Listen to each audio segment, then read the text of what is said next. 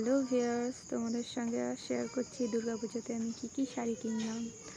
দেখো, এটা একটা মালবেরি শাড়ি। দেখো, খুব সুন্দর, আমার খুব ভালো লেগেছিলো, তাই আমি এটা নিয়েছি। আগের বছরও নিয়েছিলাম, কিন্তু অন্য কালারের ছিল, ওটা আকাশি কালার ছিল।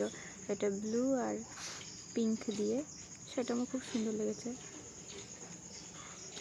আর এটা দেখো, এটার নাম কি আমি জানি না, কিন্তু এই শাড়িটা তাই আমি নিয়েছি। দেখো, খুব সুন্দর শাড়িটা।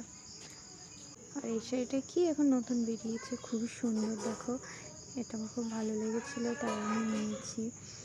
এটা একটু হালকা শাড়ির মধ্যে, তো তার জন্য ভাবলাম যে এটা নিই আমি। আর এটা দেখো, অনলাইন থেকে আমাকে কিনে দিয়েছে।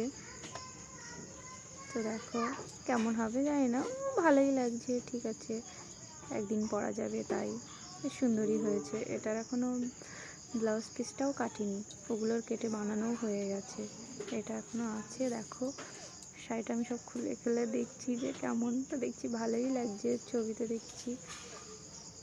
এবার দেখো, এই শাড়িটাও আমি খুব পছন্দ করে আশা করে কিনেছি, আমার খুব ভালো লেগেছে, এর কালারটা খুব সুন্দর, তার জন্য এটা খুবই সুন্দর, আমার তো খুব ভালো লেগেছে। তোমরা সবাই কমেন্ট করে জানাও কোন শাড়িটা ভালো লাগছে, বেশি ভালো লাগছে।